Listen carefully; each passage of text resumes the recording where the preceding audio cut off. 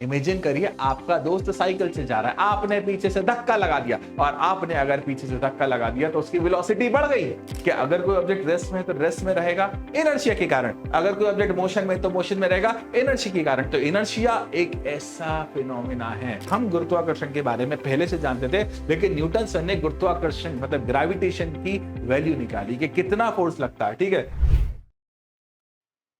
क्या सोच रहे हो कि ये सब मैं क्या कर रहा हूं? यही सोच रहे होगे ना? अरे बिल्कुल सही सोच रहे हो भाई, मैं फिर आ गया अपना चेहरा लेकर तुम सभी को 45 मिनट खराब करने के लिए। खराब तो नहीं करेंगे, लेकिन इस चैप्टर के बहुत सारे कॉन्सेप्ट को हम इन 45 मिनट के अंदर सीखने वाले। इन 45 मिनट की कीमत तुम क्या जानो आईसीसी वालों। इस 45 मिनट के अंदर पूरा चैप्टर खत्म हो सकता है, तो आप बिल्कुल सही जगह पर है।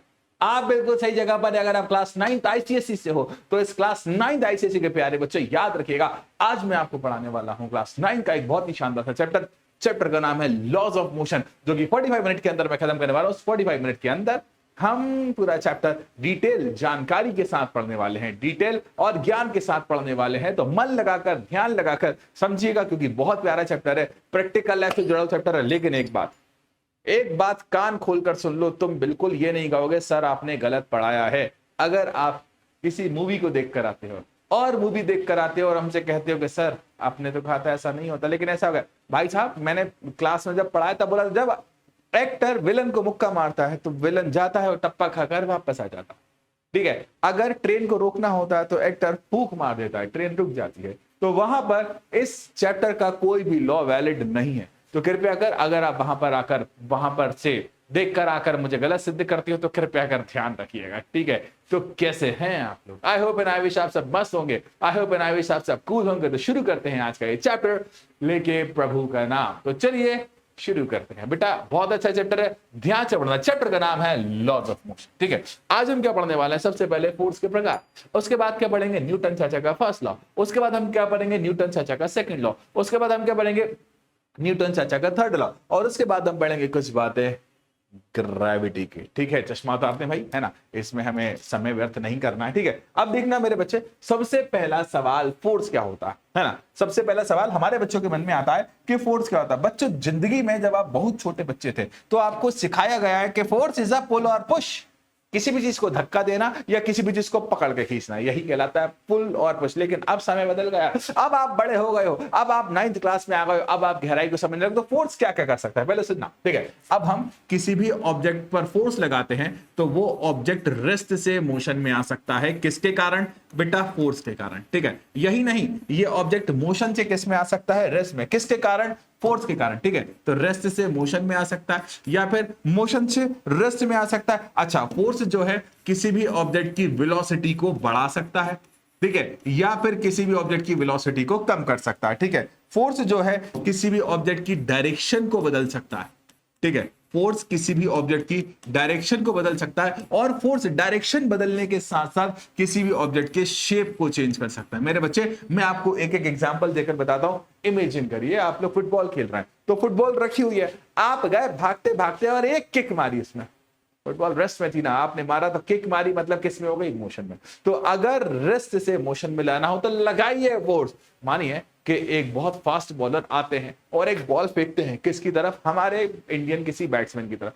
हमारे इंडियन ने कहा 150 की स्पीड पे बॉल फेंकेगा, ये टक टच कर दिया बॉल, भाई की भाई रुक गई। तो बॉल किस में थी? मोशन में थी। हमारे बैट्समैन ने क्या लगाया? टक, फोर्स। ठीक है, जिससे बॉल मोशन से किस में आ गए? रेस्ट में आ गए। ठीक है, आप देखो, इमेजिन करिए आपका दोस्त साइकिल से जा रहा है, आपने पीछे से धक्का लगा दिया, और आपने अगर पीछे से धक्का लगा दिया तो उसकी वेलोसिटी बढ़ गई है फोर्स के कारण। धक्का क्या था? फोर्स था। मान लीजिए आपका दोस्त चलता चलता आ रहा है, ठीक है, आपने अपोजिट डायरेक्शन में धक्का लगा दिया, जिस डायरेक्शन में चलता चलता आ रहा है, मतलब आपने क्या लगाया? फोर्स, जिससे उसकी वेलोसिटी क्या हो गई? बढ़ गई। ठीक है, आप बढ़िया मजे से आप क्रिकेट मैच देख रहे हैं, एक बॉलर आता है भाई साहब, है ना, हमारे बैट्समैन को बॉलिंग करता है। अच्छा, हमसे हमसे चालाकी करो वो। ठीक है, तो बॉलर आता है हमारे इंडियन बैट्समैन की तरफ बॉलिंग करता है, हमारा इंडियन बैट्समैन ऐसे बॉल लगाता टक, ऐसे फोर्स लगाता टच, तो बॉल आती यहां से चली वहां जाती है, मतलब फोर्स से दिशा बदली जा सकती है। क्या बदली जा सकती है? फोर्स से। अच्छा बताता हूं मैं आपको, हम तो भाई देसी आदमी हैं, तुम लोग तो पिज्जा खाने वाले लोग, हम तो रोटी खाने वाले लोग। तो हमारी मम्मी अक्सर हमारा गुस्सा आटे पे निकालती हैं, ये मेरी बात नहीं सुन रहा है, धड़ धड़ धड़ धड़ मुक्के मारती हैं, धड़ा धड़ धड़ धड़ ये मुक्के मुक्के मारती रहती है। किसके ऊपर? आटे के ऊपर। है वो मुक्का मतलब वो जो पंच मार रही हैं, मतलब वो क्या अप्लाई कर रही हैं? फोर्स। इस फोर्स के कारण क्या चेंज हो रहा है? शेप चेंज हो रहा था। फोर्स रेस्ट से मोशन या मोशन से रेस्ट में ला सकता है। फोर्स किसी ऑब्जेक्ट की वेलोसिटी बढ़ा सकता है या फोर्स किसी ऑब्जेक्ट की वेलोसिटी कम कर सकता है। फोर्स डायरेक्शन चेंज कर सकता है, फोर्स शेप को भी चेंज कर सकता है, ये सारे काम कर सकता है। अब देखो भैया, इमेजिन करिए, ठीक है, इमेजिन करिए मेरे हाथ में ये बाटली है, ठीक है, मेरे हाथ में ये बाटली है। आपको क्या लगता है इस बाटली पर ग्रेविटेशनल फोर्स लग रहा है? तो जवाब है हाँ, इस बाटली पर ग्रेविटेशनल फोर्स लग रहा है। मैं जैसे ही छोड़ूंगा कहां चली जाएगी? नीचे।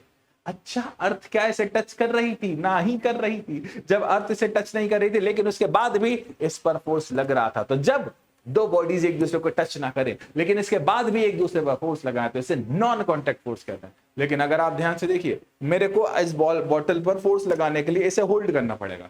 मेरे को इस बॉटल पर फोर्स लगाने के लिए मुझे क्या करना पड़ेगा? इसे होल्ड करना पड़ेगा। मतलब जो मैं मस्कुलर फोर्स लगा रहा हूं वो मैं बॉटल को टच किए बिना नहीं लगा सकता। मैं दोबारा कह रहा हूं कि मेरे पढ़ाए गए कॉन्सेप्ट का साउथ की किसी मूवी से लेना देना नहीं है, ठीक है। तो जब जब हम एक बॉडी दूसरी बॉडी को टच कॉन्टैक्ट, फिजिकल कॉन्टैक्ट लाकर फोर्स लगाती है तो इसे कहा जाता है कॉन्टैक्ट फोर्स, ठीक है। उदाहरण के लिए भैया जिंदगी में बहुत सारे होते हैं कॉन्टैक्ट फोर्स, अभी हम सारे बताएंगे एक एक कर, ठीक है। अब देखिए, इसको हम चला के दिखा देते हैं ना। अब देखिएगा ध्यान से, एक एक कर समझते हैं, है ना। ये भैया ने जो मस्कुलर फोर्स, यहां पर इन्होंने भाई साहब ने बॉल को रेस्ट से मोशन में लाया।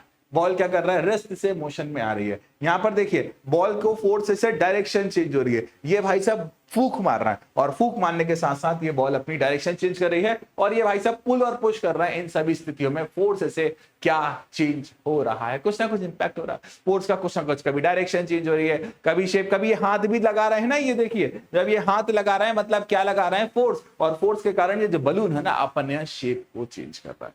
तो इस बात का ध्यान रखना मेरे प्यारे बच्चे, ठीक है। अब देखिए, मैंने आपको जैसा बताया था कि दुनिया में फोर्स कई टाइप के हैं, ठीक है। दुनिया में फोर्स कई टाइप के हैं। उदाहरण के लिए फ्रिक्शन फोर्स। फ्रिक्शन फोर्स तब लगेगा जब दो बॉडीज एक दूसरे के कांटेक्ट में होंगी। जैसे कि एक पर्सन चल रहा है सड़क पर, ठीक है। मान लीजिए एक पर्सन सड़क पर चल रहा है तो उसके पैरों और सड़क के बीच में जो फोर्स लग रहा होगा उसे फ्रिक्शन फोर्स कहेगा। फ्रिक्शन क्या करता है? फ्रिक्शन हमेशा रिलेटिव मोशन का विरोध करता है।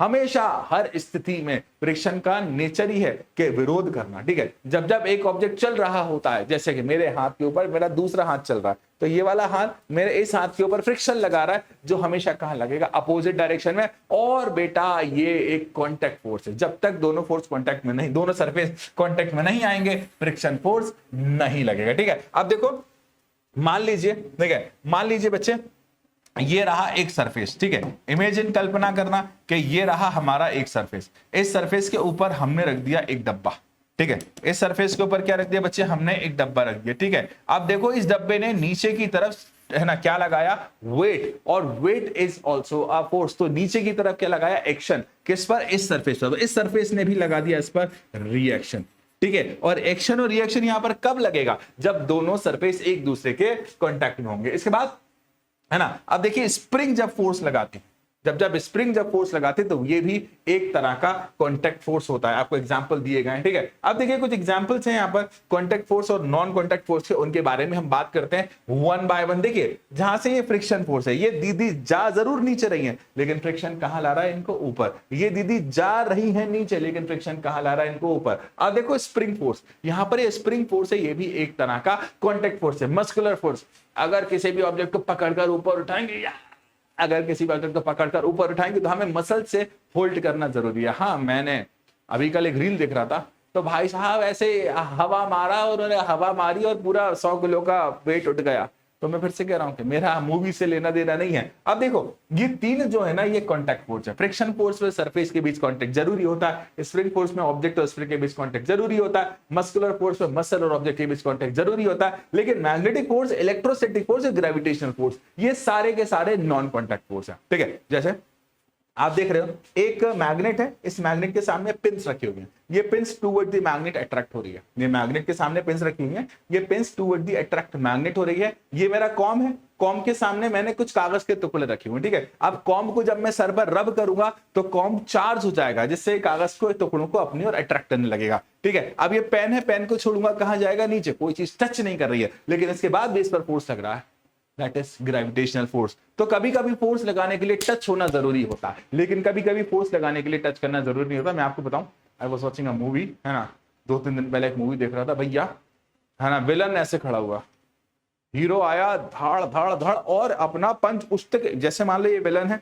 अपना पंच उसके यहां तक लाया, यार विलन टच भी नहीं हुआ, विलन ने उसको टच ही नहीं करा, लेकिन फोर्स, वो जो विलन है वो टच दूर भाग गया, विलन बिना टच हुए कहां भाग गया, दूर भाग गया, मतलब उड़कर दूर भाग गया। मतलब भैया वहां पर नॉन कॉन्टेक्ट फोर्स लग रहा था। कौन सा फोर्स लग रहा था, नॉन कॉन्टेक्ट फोर्स लग रहा था। तो नॉन कॉन्टेक्ट फोर्स ऐसा फोर्स होता है जब दो बॉडीज एक दूसरे को टच नहीं करती, तो उन्हें कहा जाता है नॉन कॉन्टेक्ट फोर्स, ठीक है। अब बेटा देखो, बेटा जिंदगी में बहुत सारे नॉन एक कोलाइड करती है ना जब दो बॉडीज एक दूसरे को, तब उनके बीच जो फोर्स लगता है वो कॉन्टेक्ट फोर्स होता है। एग्जाम्पल के लिए आप लोगों ने कैरम खेला होगा, ठीक है, आप लोगों ने कैरम खेला होगा, पूल खेला होगा, ठीक है। कैरम में क्या होता है कि एक स्ट्राइकर होता है और कॉइन्स होते हैं, जिनको हम देसी भाषा में गोट बोलते हैं, ठीक है ना, देसी भाषा में, लेकिन उसको बेसिकली कॉइन्स बोला जाता है। एक स्ट्राइकर होता है, हम स्ट्राइकर को स्ट्राइक करते हैं, वो स्ट्राइकर जाता है कॉइन से टकराता है, कॉइन की डायरेक्शन को चेंज कर देता है। जब स्ट्राइकर और कॉइन टकराते हैं ना, तो वहां पर होता है कोलिजन, और उस दौरान दोनों बॉडीज के बीच में टच होना जरूरी है। अगर हमारा स्ट्राइकर साइड से गुजर जाता है तो नहीं होता, ठीक है, तो कोलिजन नहीं होता बेटा, ठीक है। तो यहां पर ये भी एक तरह का कॉन्टैक्ट फोर्स है, ठीक है। अब देखो बच्चे, कुछ नॉन कॉन्टैक्ट फोर्स की बात करें, ठीक है, मैं आपको एक बहुत प्यारा नॉन कॉन्टैक्ट फोर्स बता रहा हूं, दैट इज इलेक्ट्रोस्टैटिक फोर्स। बच्चे याद रखना, दो चार्ज बॉडीज के बीच लगने वाला फोर्स इलेक्ट्रोस्टैटिक फोर्स कहलाता है, ठीक है। दो चार्ज बॉडीज के बीच लगने वाला फोर्स क्या कहलाता है बच्चे, इलेक्ट्रोस्टैटिक फोर्स। दो चार्ज बॉडीज हैं, उनके बीच लगेगा कौन सा फोर्स बच्चे, इलेक्ट्रोस्टैटिक फोर्स, ठीक है। अब देखो बच्चे, इमेजिन करिए आपने आप लोग किसी दोस्त की बर्थडे पार्टी में गए होंगे, बहुत किस्मत वालों को मिलती है दोस्त से बर्थडे पार्टी। तो आप मानिए किसी दोस्त की बर्थडे पार्टी में गए, ठीक है, बलून उठाया, सर पर रब करा, दीवार पर चिपका दिया।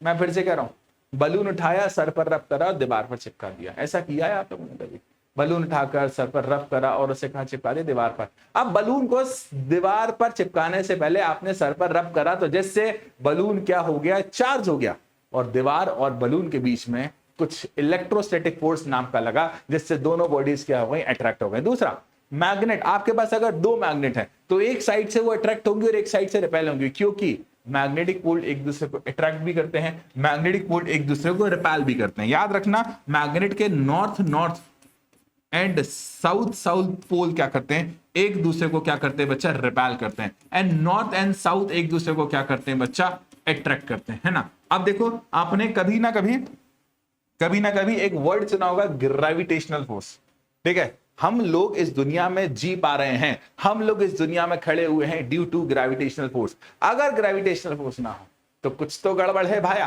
ठीक है। अगर ग्रेविटेशनल फोर्स ना हो ना तो कुछ तो गड़बड़ है भाया। ग्रेविटेशनल फोर्स ही है जिसके कारण, एक मिनट पानी पी लूंगा, हाँ, ग्रेविटेशनल फोर्स ही है जिसके कारण इस अर्थ पर जीवन संभव हो पाया।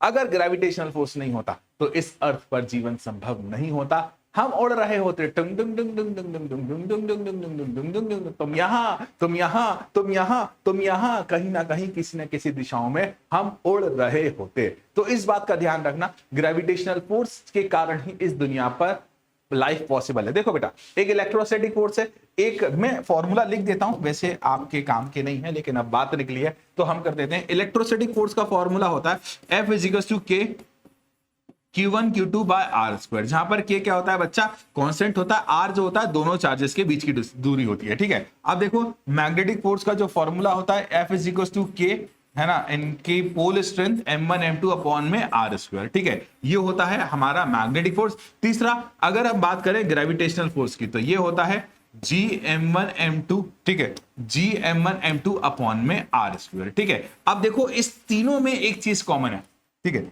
इन तीनों में क्या कॉमन है कि ये तीनों डिस्टेंस के स्क्वायर के इनवर्सली प्रोपोर्शनल है। ठीक है, किसके? तीनों डिस्टेंस के स्क्वायर के इनवर्सली प्रोपोर्शनल है। मतलब जैसे जैसे आप वैल्यू ऑफ डिस्टेंस इंक्रीज करते हो, इन दोनों के बीच लगने वाले फोर्स की वैल्यू डिक्रीज होती जाती है। ठीक है, तो एक चीज और है बच्चे, इलेक्ट्रोस्टैटिक फोर्स है ना, पॉजिटिव भी हो सकता है, नेगेटिव भी हो सकता है, क्योंकि दो सेम चार्ज की बात करेंगे तो रिपेल, पॉजिटिव नेगेटिव का मतलब मैं अट्रैक्शन और रिपल्शन से कह रहा था। ठीक है, दो सेम चार्ज के बीच की बात करेंगे तो रिपेल, और दो अपोजिट चार्ज के बीच की बात करेंगे तो अट्रैक्ट। तो यहां पर इलेक्ट्रोस्टैटिक फोर्स भाई साहब अट्रैक्टिव भी हो सकता है, रिपल्सिव भी हो सकता है। हमारा मैग्नेटिक फोर्स जो है वो अट्रैक्टिव भी हो सकता है, रिपल्सिव भी हो सकता है। लेकिन ग्रेविटेशनल फोर्स के तो क्या ही कहने।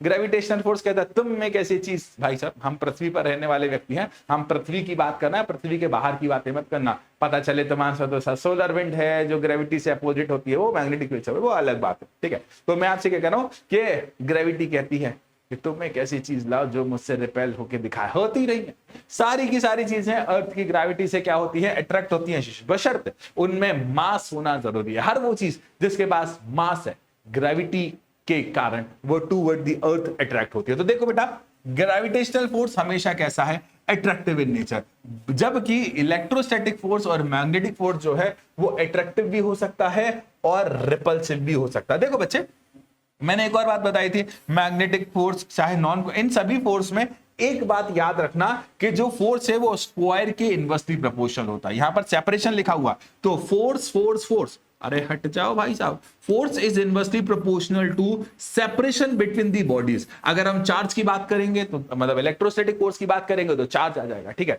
अगर हम मैग्नेटिक फोर्स की बात करेंगे तो पोल्स आ जाएंगे, और अगर हम ग्रेविटेशनल फोर्स की बात करेंगे तो दोनों बॉडीज के बीच का मास आ जाएगा। इस बात का ध्यान रखना बेटा। ठीक है, आगे बढ़ते हैं।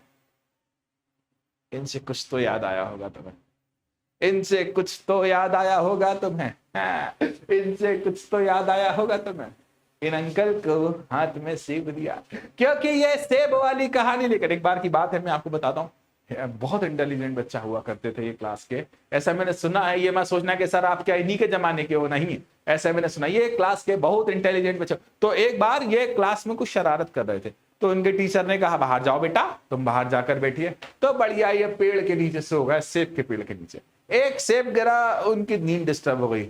उन्होंने कहा मेरी नींद डिस्टर्ब हुई है, मेरी नींद डिस्टर्ब हुई है, अब मैं पूरी दुनिया के बच्चों को डिस्टर्ब करूंगा। और उन्होंने बना दिया लॉ ऑफ ग्रेविटेशन। ठीक है, ये तो सिर्फ मजाक था। इसे पढ़ने से पहले मैं आपको कुछ और बातें बताऊंगा। देखिए, हम पढ़ेंगे न्यूटन सर के लॉज, है ना, पहला लॉ पढ़ेंगे, दूसरा लॉ पढ़ेंगे, तीसरा लॉ पढ़ेंगे। लेकिन पहला लॉ पढ़ने से पहले तुम्हें कुछ बातें मैं इनर्शिया की बताऊंगा। ठीक है, सबसे पहले मास क्या होता है, फिर हम फर्स्ट लॉ की तरफ बढ़ेंगे। मास बच्चे किसी भी बॉडी में जो इनर्शिया है उसको मेजर करने का तरीका होता है। जितना ज्यादा मास उतना ज्यादा इनर्शिया। सवाल यह है कि इनर्शिया क्या होता है। ठीक है, मैं आपको क्या कह रहा हूं, पहले तो याद रखना, इनर्शिया बढ़ाना है ना आपको, तो किसी भी बॉडी का क्या बढ़ाना पड़ेगा, मास। और अगर आपको इनर्शिया कम करना है ना बेटा, तो किसी भी बॉडी का क्या कम करना पड़ेगा बच्चे, मास। तो अगर आप किसी भी बॉडी का मास बढ़ाते हो तो इनर्शिया भी बढ़ता है, और किसी भी बॉडी का मास कम करते हो तो इनर्शिया भी कम होता है। अब देखिएगा इनर्शिया क्या होता है भाइयों और बहनों। ठीक है, अगर आप एक पत्थर को रखकर अपने घर के जाते हो, ठीक है, और उस घर के अंदर कोई भी नहीं आता, तो पत्थर कहां मिलेगा, वहीं मिलेगा। पत्थर जहां रखा था वहीं का वहीं मिलेगा। तो अगर कोई ऑब्जेक्ट रेस्ट में है तो हमेशा किस में रहेगा, रेस्ट में। ठीक है, अगर कोई ऑब्जेक्ट रेस्ट में है तो हमेशा किस में रहेगा, रेस्ट में। कौन इसे रेस्ट में रखता है, जवाब है इनर्शिया। मैं फिर से कह रहा हूं, अगर कोई ऑब्जेक्ट रेस्ट में है तो हमेशा किस में रहेगा बच्चे, रेस्ट में। ठीक है, और एक बात और, अगर कोई ऑब्जेक्ट मोशन में, ये भैया आप कृपया कर यहां ये बातें मत बोलना कि सर हम तो गाड़ी चलाते हैं अचानक से हमारी गाड़ी रुक जाती है। मतलब अगर कोई ऑब्जेक्ट मोशन में है तो सदैव किस में रहेगा, मोशन में। सवाल ये है कि अगर कोई ऑब्जेक्ट रेस्ट में है तो रेस्ट में रहेगा इनर्शिया के कारण, अगर कोई ऑब्जेक्ट मोशन में है तो मोशन में रहेगा इनर्शिया के कारण। तो इनर्शिया एक ऐसा फिनोमिना है, इनर्शिया एक ऐसी प्रॉपर्टी है जिसके कारण क्या होता है, क्या बोला, इनर्शिया एक ऐसी प्रॉपर्टी है। तो अगर कोई ऑब्जेक्ट रेस्ट में है तो हमेशा रेस्ट में रहेगा, अगर कोई ऑब्जेक्ट मोशन में है तो हमेशा मोशन रहेगा। अब आपके मन में आ रहा होगा, सर हमने तो गाड़ी की स्पीड बढ़ाई, जूम, और फिर गाड़ी को बंद कर दिया, सोचा पेट्रोल बचेगा। लेकिन थोड़ी दूर पे जाने के बाद गाड़ी मोशन में थी, फिर वो आ गई रेस्ट में। तो इसके पीछे कौन जिम्मेदार है? इनर्शिया तो कहता है मोशन में है तो मोशन में रहोगे, तो हमारी गाड़ी हमेशा चलती रहना चाहिए।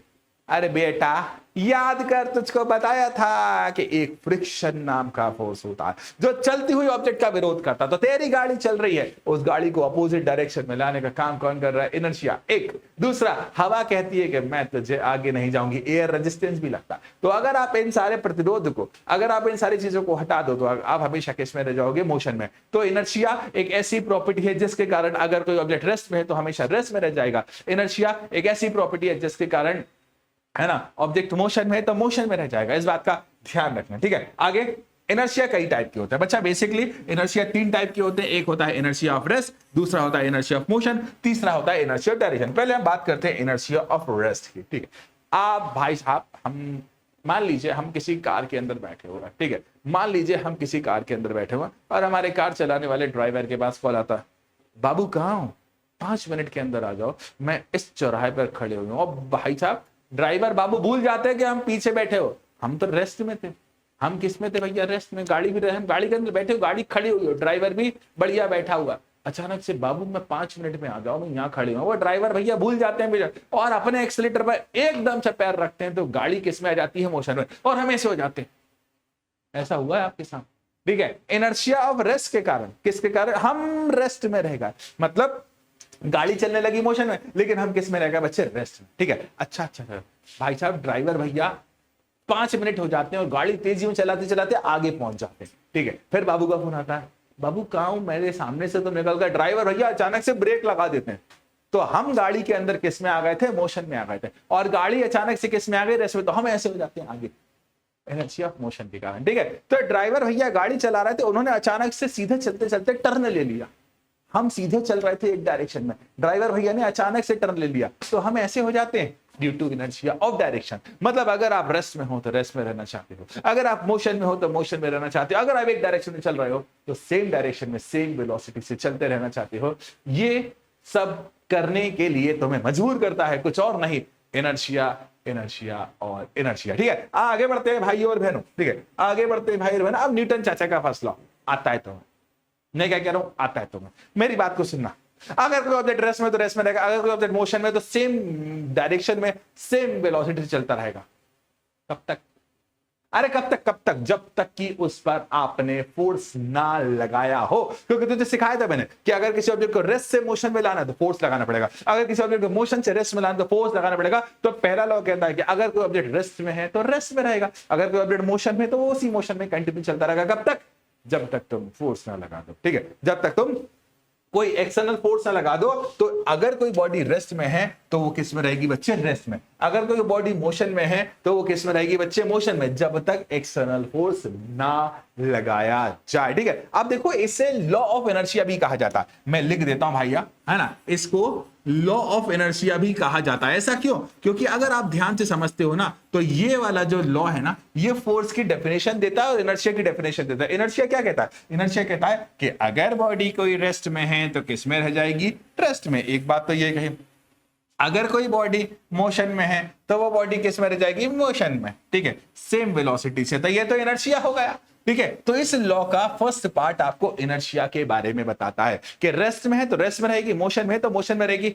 और ये भी बताता है कि कब तक? जब तक फोर्स ना लगा दो। मतलब आप फोर्स लगाते हो तो ऑब्जेक्ट रेस्ट से मोशन या मोशन से रेस्ट में आ जाता है। तो फोर्स ही कैसा है? ठीक है, फोर्स ही एक ऐसा है जो कि ऑब्जेक्ट को रेस्ट से मोशन या मोशन से रेस्ट में आता है। अगर जिंदगी में आपसे कोई पूछता है कि फोर्स की डेफिनेशन किस लॉ ने दी है तो आप बोलोगे फर्स्ट लॉ ने, ठीक है, न्यूटन सर के फर्स्ट लॉ ने दी है। आपसे कभी पूछा जाता है कि फोर्स की डेफिनेशन किस, तो न्यूटन सर के फर्स्ट लॉ। अगला है मोमेंटम। अब न्यूटन सर बोलते हैं कि यार मुझे किसी भी ऑब्जेक्ट के अंदर कितना मोशन है उसे मेजर करना है, तो वो 2 फैक्टर्स रखते हैं इसके लिए, ठीक है। कितने फैक्टर्स रखते हैं? 2 फैक्टर। वो कहते हैं कि मोमेंटम प्रोपोर्शनल है मास के। Momentum is the measurement of motion, ठीक है। किसी भी ऑब्जेक्ट के अंदर कितना मोशन है उसे मेजर करने के लिए मोमेंटम नाम की टर्म करो। जितना मास उतना मोशन, ठीक है। इमेजिन करिए मेरे सामने एक हाथी भागा भागा आ रहा है, ठीक है, और आपके मेरे सामने एक साइकिल भगी भगी आ रही है। मैं किसके सामने खड़ा रहूंगा? साइकिल के सामने खड़ा रहूंगा, हाथी के सामने खड़ा नहीं रहूंगा। वो आखिरी बार रहोगा मेरा, ठीक है, क्योंकि उसका मास ज्यादा है तो उसका मोमेंटम भी क्या होगा? ज्यादा। दूसरा, इमेजिन करिए वो जो साइकिल है ना, मेरे सामने पहली बार में आ रही थी 5 किलोमीटर पर आवर की स्पीड से। मैंने कहा 5 की स्पीड से आ रही है। फिर उसे आ गया गुस्सा, फिर वो 50 की स्पीड में आने लगी। मैंने कहा 50 की स्पीड से आ रही है। फिर उसे आ गया गुस्सा, फिर वो 500 की स्पीड में 500 की स्पीड में आ रही है। भाई तो मतलब मोमेंटम डिपेंड करेगा वेलोसिटी पे, जितना ज्यादा मास उतना ज्यादा मोमेंटम, जितनी ज्यादा वेलोसिटी उतना ज्यादा मोमेंटम। तो बेसिकली मोमेंटम निकालने के लिए क्या करते हैं हम, प्रोडक्ट निकालते हैं मास एंड वेलोसिटी का। ठीक है, अगर मान लो भैया किसी बॉडी को हम रेस्ट में रख दें तो उसका मोमेंटम कैसा हो जाएगा, 0 हो जाएगा। मोमेंटम को रिप्रेजेंट करने के लिए डायरेक्शन की जरूरत पड़ती है, क्योंकि ये वेलोसिटी पर डिपेंड कर रहा है। तो momentum is a vector quantity, और मोमेंटम की जो यूनिट होती है ये होती है केजी मीटर पर सेकंड। अब बढ़ते हैं हम न्यूटन सर के सेकंड लॉ की तरफ। ठीक है, न्यूटन सर का सेकंड लॉ पहले आप यहां से समझना, फिर मैं आपको अपने तरीके से बताऊंगा। न्यूटन सर का सेकंड लॉ कहता है कि किसी भी ऑब्जेक्ट पर जो एक्सेलरेशन प्रोड्यूस होता है वो डायरेक्टली प्रोपोर्शनल होता है फोर्स अप्लाइड। ठीक है, अब देखो दूसरे शब्दों में मैं बता रहा हूं, जैसा मैं लिखूंगा, मैं इसे टाइप कर नहीं लाया, आप उसे ध्यान से समझना कि किसी भी बॉडी पर हमने जो फोर्स लगाया है वो डायरेक्टली प्रोपोर्शनल होगा rate of change in momentum. ये देखना ध्यान से, लॉ क्या कहता है। ठीक है, मैं आपसे फिर से कह रहा हूं कि लॉ क्या कहता है, मैं आपको वो बता रहा हूं। ठीक है, पहले इन बातों को ध्यान से समझना जिन बातों को मैं बोल रहा हूं। ठीक है, लॉ कहता है कि force applied on a body is directly proportional to rate of change in momentum. ठीक है, अब देखो बेटा, इमेजिन करिए मैं जा रहा हूं, मेरे पास मास है, मेरे पास वेलोसिटी है। मैं फिर से कह रहा हूं मैं जा रहा हूं, मेरे पास मास है, मेरे पास वेलोसिटी है। आप आते हो और मुझे पीछे से धक्का लगा देते हो, मतलब आपने क्या लगाया, फोर्स लगाया, जिससे मेरी वेलोसिटी बढ़ गई। और अगर मेरी वेलोसिटी बढ़ गई तो मोमेंटम भी तो बदल गया। ठीक है, इमेजिन करिए मैं जा रहा हूं, मेरे पास मास है, मेरे पास वेलोसिटी है, मैं जा रहा हूं, मेरे पास मास है, मेरे पास, आप अपोजिट डायरेक्शन में आते हो और मुझे लगा देते हो धक्का। ठीक है, आप अपोजिट डायरेक्शन में आते हो और मुझे लगा देते हो धक्का, तो मुझे आपने अपोजिट डायरेक्शन में धक्का, मेरा मोमेंटम, मेरी वेलोसिटी कम हो गई, और वेलोसिटी कम हो गई मतलब मोमेंटम भी क्या हो गया, बदल गया। तो लॉ कहता है कि जितना फोर्स लगाओगे उतना मोमेंटम में चेंज होगा। मैं फिर से कह रहा हूं, जितना फोर्स लगाओगे उतना मोमेंटम में चेंज होगा, और चेंज हमेशा टाइम के रिस्पेक्ट में हम लेते हैं, हमेशा तो नहीं, मैक्सिमम जगह हम टाइम के रिस्पेक्ट में लेते हैं। तो देखिए मेरे बच्चे याद रखिएगा, डी बाई डी टी क्या रिप्रेजेंट कर रहे हैं यहां पर, चेंज, और पी की जगह मैंने क्या पुट कर दिया, मास। बेटा हम जितने भी इसके क्वेश्चन करेंगे वो कांस्टेंट मास के लिए करेंगे, तो हमने मास को बाहर रख दिया, डी बाय डी टी यहां पर किसका हो गया बच्चा, वेलोसिटी। और अगर आप ध्यान से देखिए मैं क्या बोल रहा हूं मेरे बच्चे, मैं क्या बोल रहा हूं, F proportional M d v by d t, मतलब चेंज इन वेलोसिटी, और वेलोसिटी में चेंज मतलब फाइनल माइनस इनिशियल, अपॉन में क्या आ गया बच्चा, टाइम। ठीक है, चेंज इन वेलोसिटी और अपॉन में क्या आ गया बच्चा, टाइम। और साथ ही साथ देखिएगा प्रोपोर्शनल वेलोसिटी में चेंज अपॉन में टाइम, इट इज एक्सेलरेशन। और बच्चा याद रखना, प्रोपोर्शनल हटाकर हम कांस्टेंट लगाते हैं, और इस जगह पर मैंने कांस्टेंट लगाया है के, और द वैल्यू ऑफ के depends on medium between two object. Imagine करिए कि आपको आ गया गुस्सा, आपने दीवार पर एक मुक्का मारा, लगी, अगली बार आपको फिर से गुस्सा आया, लेकिन इस बार समझदारी वाला गुस्सा आया, आपने एक तकिया रख लिया, फिर दीवार पर एक मुक्का आया, लगी नहीं लगी। तो दो बॉडीज के बीच लगने वाला फोर्स दोनों के बीच के मीडियम पर डिपेंड करता है, और ये मीडियम की वैल्यू किससे रिप्रेजेंट की जाती है, के से। हवा के लिए, एयर के लिए के की वैल्यू कॉमनली 1 होती है। तो यहां से एक बहुत बहुत बहुत बहुत बहुत इंपॉर्टेंट फॉर्मूला आता है फोर्स का, that is F is equal to M A.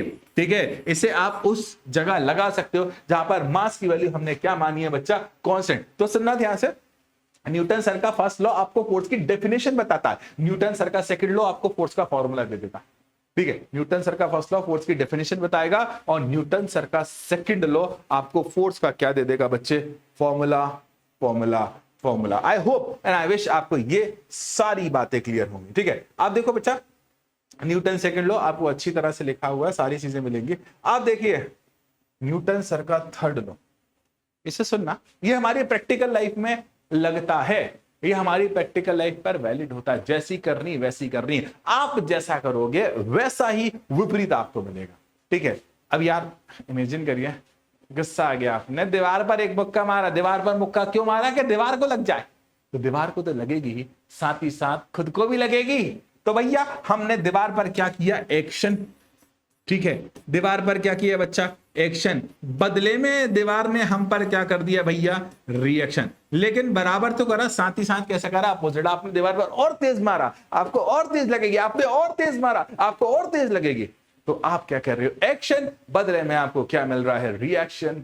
Reaction, reaction. तो हर एक एक्शन के बराबर और अपोजिट क्या होती है? रिएक्शन। मैं फिर से कह रहा हूं, हर एक एक्शन के बराबर और अपोजिट क्या होती है बच्चे? रिएक्शन। तो action is always equal to opposite of reaction. लेकिन शर्त दोनों अलग अलग बॉडी होना चाहिए। एक बॉडी पर अगर एक्शन हो रहा है तो दूसरी बॉडी पर क्या होना चाहिए? रिएक्शन। सेम बॉडी पर एक्शन रिएक्शन ना होगा, ठीक है। मैं फिर से कह रहा हूं, सेम बॉडी पर एक्शन रिएक्शन ना होगा, ठीक है। दोनों का अपोजिट बॉडी में होना, मतलब दोनों का डिफरेंट बॉडी होना बहुत जरूरी। न्यूटन सर के 3 लॉ हमारे यूनिवर्स के मैक्सिमम, मतलब यूनिवर्स के हर जगह लगाए जा सकते हैं, ठीक है। एक्शन के बराबर रिएक्शन, है ना। अगर कोई ऑब्जेक्ट रेस्ट में है तो रेस्ट में रहेगा, मोशन में तो मोशन में रहेगा। वो अपनी डायरेक्शन चेंज खुद ब खुद नहीं कर पाएगा, ठीक है। हमें फोर्स लगाना पड़ेगा। दूसरा, जितना आप फोर्स लगाओगे उतना मोमेंटम में चेंज होगा। और यहां से जो फॉर्मूला आया है ना, मैक्सिमम जगहों पर आप F = ma से आधे से ज्यादा काम कर सकते हो। जहां जहां फोर्स होगा वहां एक्सेलरेशन प्रोड्यूस होगा। अगर इमेजिन करिए कि आपने किसी भी ऑब्जेक्ट पर फोर्स नहीं लगाया, ठीक है, तो F = क्या होता है बच्चा? ma। तो फोर्स की वैल्यू क्या हो गई? 0 = ma। m को यहां ले आओ तो एक्सेलरेशन की वैल्यू कितनी हो गई? 0। एक्सेलरेशन का मतलब क्या होता है? चेंज इन वेलोसिटी, मतलब वेलोसिटी में चेंज नहीं होगा, ठीक है। एक्सेलरेशन का मतलब होता है ना चेंज इन वेलोसिटी। तो फोर्स नहीं तो वेलोसिटी में चेंज भी नहीं। यही तो है न्यूटन सर का फर्स्ट लॉ, ठीक है। अब बच्चे बढ़ते हैं हम ग्रेविटेशन के लॉ की तरफ, ठीक है। भाई साहब, जिंदगी में अगर पृथ्वी पर रहते हो तो किसी और गोला पर रहने वाले लोगों के लिए नहीं है ये। मैं फिर से कह रहा हूं, किसी और गोला पर रहने वाले लोगों के लिए नहीं है। जिंदगी में अगर तुम पृथ्वी पर रहते हो तो ये लॉ तुम्हारे ऊपर है। अच्छा, एक चीज और, दूसरे गोला पर भी रहते हो ना, तब भी लगा लेना, क्योंकि तुम्हारे पास होगा मास, उसके पास भी होगा मास, और मास कभी बदलता नहीं, ठीक है। मामा मास कभी बदलता नहीं है, मामा मास कभी बदलता नहीं है, हमेशा जितना था उतना। मेरा मास अगर अर्थ पर 100 kg है तो चंदा मामा पर भी 100 kg होगा। मेरा मास अगर यूरेनस पर 20 kg है तो चंदा मामा पर भी 20 kg होगा। मेरा मास अगर किसी और प्लेनेट पर 2 kg है तो हर जगह 2 kg होगा। तो इमेजिन करिए हमारे पास 2 बॉडीज है, एक बॉडी ये रही, ठीक है, और एक बॉडी ये रही। इमेजिन करिए कि मेरे पास 2 बॉडीज है, एक बॉडी ये, एक बॉडी है, ठीक है। इन दोनों के बीच की सेंटर टू सेंटर डिस्टेंस याद रखना।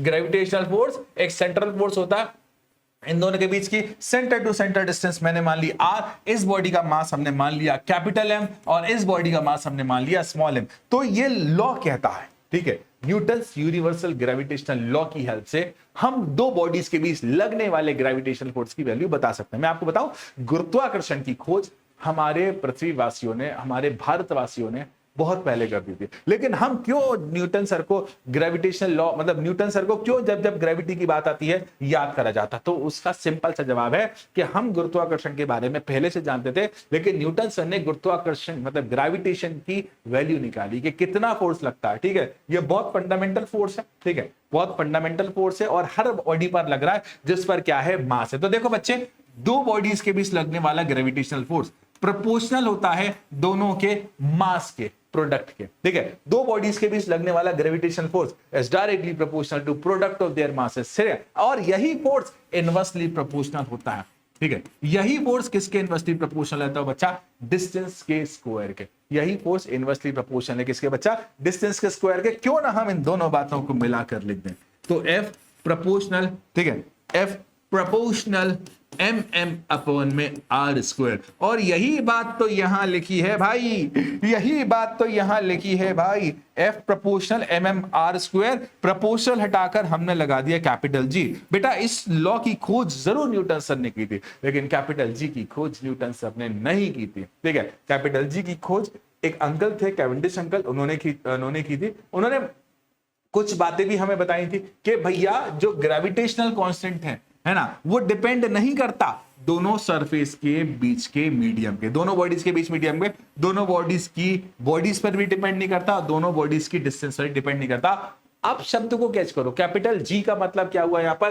कैपिटल G का मतलब हुआ यूनिवर्सल ग्रेविटेशनल कांस्टेंट। मैं आपसे क्या करूं, कैपिटल G का मतलब क्या हुआ? Universal gravitational constant. और अगर हम बात करते हैं यूनिवर्सल ग्रेविटेशनल कांस्टेंट, तो कांस्टेंट की वैल्यू कौन बदलता? कोई नहीं बदलता। तो कैपिटल G दोनों बॉडीज के बीच के मीडियम पर भी डिपेंड नहीं करता, मासेस पर भी डिपेंड नहीं करता और डिस्टेंस पर भी डिपेंड नहीं करता। देखिए, अब हम उसकी वैल्यू निकालने वाले हैं बेटा, ठीक है। अब हम उसकी वैल्यू निकालने वाले हैं। ध्यान से समझना उन्होंने कैसे वैल्यू निकाली। सबसे पहले तो आप इस लॉ को जानते हो, F is equal to G mm upon R square. तो अगर आप g की वैल्यू निकालो, आर स्क्वायर को यहां ले आओ तो g की वैल्यू आ गई और m को नीचे ले आओ, ठीक है। अब पहले तो यूनिट देख लो भाई, फोर्स की यूनिट न्यूटन, आर की यूनिट मीटर स्क्वायर, m की यूनिट किलोग्राम किलोग्राम, है ना। तो यहां से हमें इसकी जो यूनिट मिल जाती है कैपिटल G की, that is newton metre square, newton metre square upon KG square, ठीक है। केजी स्क्वायर दैट इज -2, ठीक है, याद रखना दैट इज माइनस, ठीक है। अब देखिए कैवेंडिश अंकल ने कैसे जी की वैल्यू निकाली। तो बेटा उन्होंने एक बॉडी ली जिसका मास था 1 kg, 1 kg मतलब 1 kg। उन्होंने दूसरी बॉडी ली, उसका मास कितना था बच्चा 1 kg, और इनके बीच की दूरियां कितनी कर दी 1 मीटर, ठीक है। अब देखिए 1 kg 1 मीटर 1 kg, अगर 1 kg 1 मीटर 1 kg 1 kg और 1 मीटर कर दूंगा तो फोर्स किसके बराबर आ जाएगा, ग्रेविटेशनल कांस्टेंट। तो gravitational constant is equal to amount of force acting between two bodies of unit mass separated at unit distance. मतलब दो 1-1 किलो की बॉडीज हैं जिनके बीच की दूरी 1 मीटर है, और उनके बीच का जितना फोर्स है ना वही कहलाता है ग्रेविटेशनल कांस्टेंट। और उन्होंने प्रैक्टिकली ये चीजें निकाली कि इसकी जो वैल्यू होती है that is 6.67 into 10⁻11 newton metre square upon में केजी स्क्वायर, ठीक है। यूनिट हम पहले निकाल चुके हैं और यहां पर मैं सारी बातें आपको बता चुका हूं, ठीक है। अब देखिए मैं आपको एक बात बताता हूं, that is acceleration due to gravity, ठीक है। ये इंपॉर्टेंट बात है, हमारे ऊपर, तुम्हारे ऊपर, सबके ऊपर लगता है। मैं अभी अलग सर की वीडियो देख रहा था, अलग सर ने एक मूवी के एक इसी टॉपिक को एक्सप्लेनेशन को उन्होंने कैच किया, ठीक है। देखिएगा ध्यान से, मैं आपको बताता हूं। कहां गया भाई, कहां गया भाई, यहां आएगा, ठीक है।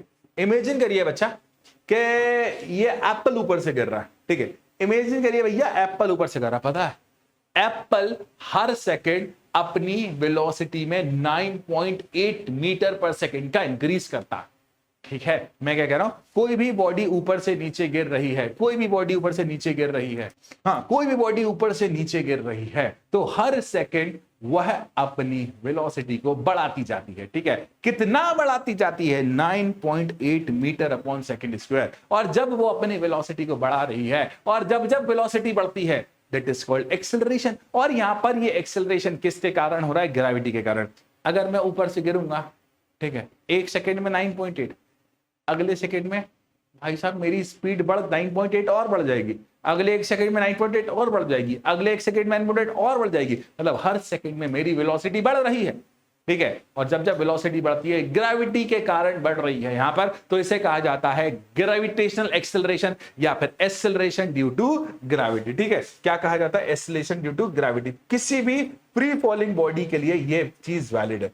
फ्री फॉलिंग बॉडी मतलब भैया इससे कोई रोकने वाला ना हो। जैसे अगर कोई ऑब्जेक्ट ऊपर से नीचे गिर रहा है ना बेटा, तो हवा कहती है मैं तुम्हें नीचे नहीं आने दूंगी, ठीक है। अगर कोई भी ऑब्जेक्ट ऊपर से नीचे गिर रहा है, हवा उस पर रेजिस्टेंस लगाती है, तो अगर एयर रेजिस्टेंस 0 हो तब माना जाएगा फ्री फॉल, और तब जी की वैल्यू 9.8 होगी, ठीक है। और एक बात और, जी की वैल्यू स्मॉल जी से रिप्रेजेंट करते हैं ग्रेविटेशनल एक्सेलरेशन को, मास से इंडिपेंडेंट होती है, ऑब्जेक्ट के मास से इंडिपेंडेंट होती है, ठीक है। तो अब देखिए यहां पर ये भैया नीचे गिर रहे हैं, ठीक है। जब ये भैया नीचे गिर रहा है तो यहां पर ग्रेविटेशन एक्सेलरेशन की जो वैल्यू है वो एक्चुअल होगी, ठीक है। अब देखो मेरे बच्चे, यहां पर मैं आपको कुछ बातें बताने वाला हूं, ठीक है, रिलेटेड टू ग्रेविटेशनल एक्सेलरेशन। बेटा याद रखना, एक्सेलरेशन जब भी कोई ऑब्जेक्ट ग्रेविटी के कारण गिरता है तो इस कंडीशन में हम उसके फॉल को फ्री फॉल कहते हैं, शर्त हवा का कोई रेजिस्टेंस नहीं लेना है। हवा का रेजिस्टेंस लिया तो वो फ्री फॉल नहीं कहलाएगा। इस कंडीशन में भाई साहब उसका जो मोशन होगा वो एक्सेलरेटेड होगा, मतलब उसकी वेलोसिटी बढ़ती जाएगी, और जो एक्सेलरेशन होगा उसे कहा जाएगा एक्सेलरेशन ड्यू टू ग्रेविटी। हमारे अर्थ सरफेस पर, ठीक है, हमारे अर्थ सरफेस पर मतलब सी सरफेस पर इसकी value 9.8 metre upon second square होती है। और मैं आपसे फिर से कह रहा हूं, हम थोड़ी बहुत चिटिंग कर लेते हैं, 9.8 को लगभग कितना पुट कर देते हैं, 10 मीटर अपॉन सेकंड स्क्वायर, और इसकी वैल्यू वेरी करती है, हाइट के साथ थोड़ी बहुत बदलती है, डेप्थ के साथ भी बहुत बदलती है, ठीक है। अब देखो एक्सेलरेशन सारी बॉडीज के लिए सेम है, मैं जितनी स्पीड से करूंगा तुम भी उतनी स्पीड से ही करोगे। Acceleration is constant for all the bodies, ठीक है। अब देखो बच्चे, एक्सेलरेशन का जो फॉर्मूला होता है that is G is equal to capital G M by R square. Capital G क्या है, ग्रेविटेशनल कांस्टेंट, ठीक है, मैं लिख देता हूं जीसी, mass M mass of earth R क्या है, distance between object and earth, ठीक है। तो ये क्या है बच्चा, डिस्टेंस। तो यहां पर ऑब्जेक्ट का मास तो आ ही नहीं रहा है, मतलब ग्रेविटेशनल कांस्टेंट ऑब्जेक्ट के मास पर डिपेंड नहीं करता। अगर मैं कैपिटल जी की वैल्यू पुट करूं, अगर मैं मास ऑफ अर्थ पुट करूं 10⁻²⁴, अगर मैं रेडियस ऑफ अर्थ पुट करूं दैट इज 6.4 × 10⁻⁶, तो मेरी जो वैल्यू आएगी that is 9.8 metre upon second square. तो ग्रेविटेशनल एक्सेलरेशन की जो वैल्यू होती है वो होती है बच्चा 9.8 मीटर अपॉन सेकंड स्क्वायर, ठीक है। इसे याद रखना, ये वैल्यू कोई नहीं बताएगा, ठीक है। अगर कोई ऑब्जेक्ट फ्री फॉल कर रहा है और उसके लिए अगर इनिशियल वेलोसिटी 0 है, ठीक है, तो first equation b is equal to gt, दूसरी equation s is equal to ut plus 1/2at² होती है, u 0 हो गया। तीसरी equation v square is equal to 2gs, ठीक है। अगली, अगर कोई ऑब्जेक्ट अपवर्ड डायरेक्शन में जा रहा है, opposite to the gravity of earth, तो v is equal to u plus gt, s is equal to ut minus 1/2 gt², v square is equal to u square minus 2gs, ठीक है। अब देखो बच्चा, अगला है मास एंड वेट। बेटा याद रखना, मास किसी भी ऑब्जेक्ट के बनने में लगने वाला मैटर, जितना उसके पास मैटर है, ठीक है, उसकी बात करेंगे तो क्या होगा बच्चे, मास। और वेट क्या है, इस मास के कारण ऑब्जेक्ट अर्थ पर कितना फोर्स लगा रहा है वो क्या कहलाता है बच्चे, वेट कहलाता है। और आपको पता है इस दुनिया में जिसके पास मास है वो toward the center of the earth attract हो रही है, क्योंकि ग्रेविटेशनल फोर्स एक सेंट्रल फोर्स है। तो हम कहां जाना चाह रहे हैं, toward the center of the earth. Mass की जो यूनिट होती है वो होती है केजी, और वेट की जो यूनिट होती है वो होती है न्यूटन। मास डिस्टेंस पर डिपेंड नहीं करता, इसलिए it is a scalar quantity, और वेट हमारा toward the center of earth है, इसी कारण से it is a vector quantity. अब देखो ये हमेशा कांस्टेंट रहेगा, मास हमेशा कांस्टेंट रहेगा, लेकिन वेट की वैल्यू ग्रेविटेशनल एक्सेलरेशन के साथ बदलती है। मैं इसका कारण बता रहा हूं, वेट का जो फॉर्मूला होता है वो होता है mg। हम बात कर रहे थे मास की, और g अगर बदलेगा तो वेट भी बदलेगा, ठीक है। इन बातों को ध्यान से समझना बच्चे, ठीक है। अब देखिए ग्रेविटेशनल यूनिट ऑफ फोर्स, पहले तो फोर्स की SI यूनिट होती है बच्चा न्यूटन, ठीक है। फोर्स की CGS यूनिट होती है बच्चा, क्या होती है, डायन, ठीक है। और फोर्स की MKS यूनिट होती है बच्चा kg metre upon second square, और 1 न्यूटन बराबर 10⁵ डायन। क्या आप इस बात से परिचित हैं? आप देखिए, अगर कोई फ्री फॉलिंग बॉडी है, यहां पर ग्रेविटेशन के कारण उसका कितना फोर्स लगाया जा रहा है उसे हम कहते हैं ग्रेविटेशनल यूनिट ऑफ फोर्स। मतलब इस कंडीशन में किसी भी ऑब्जेक्ट पर ग्रेविटी के कारण जितना फोर्स लग रहा है, उस कंडीशन में ग्रेविटी के कारण जो फोर्स लग रहा है उसे मेजर करने के लिए कुछ ग्रेविटेशनल यूनिट का यूज किया जाता है। अब देखो केजीएफ, केजीएफ मतलब किलोग्राम फोर्स। अगर कोई 1 किलोग्राम का ऑब्जेक्ट है और उस पर ग्रेविटी जो फोर्स लगा रही है उसे कहा जाता है 1 केजीएफ, और 1 केजीएफ मतलब 1 केजी के ऑब्जेक्ट पर कितना फोर्स लग रहा है, ठीक है। और देखो बेटा 1 केजीएफ की वैल्यू होती है दैट इज 9.8 न्यूटन, ठीक है। आप देखो इसी तरह सिमिलरली छोटी यूनिट होती है 1 जीएफ, ठीक है, और 1 जीएफ की जो वैल्यू होती है दैट इज 980 न्यूटन, ठीक है। 1 GF is equal to 980 newton and 1 KGF is equal to 9.8 newton. I hope आप सभी ने इस पूरे चैप्टर को अच्छी तरह से 40 मिनट्स के आसपास लगे होंगे, 40 मिनट्स में अच्छी तरह से सीखा होगा, 40 मिनट्स में अच्छी तरह से जाना होगा। तो इसी के साथ आज का ये लेक्चर समाप्त होता है। पूरा लेक्चर, पूरी जानकारी, पूरी डिटेल के साथ आपको सिखाया गया। तो इसी के साथ आज की ये क्लास समाप्त होती है। अगली क्लास में फिर मिलेंगे। Bye bye.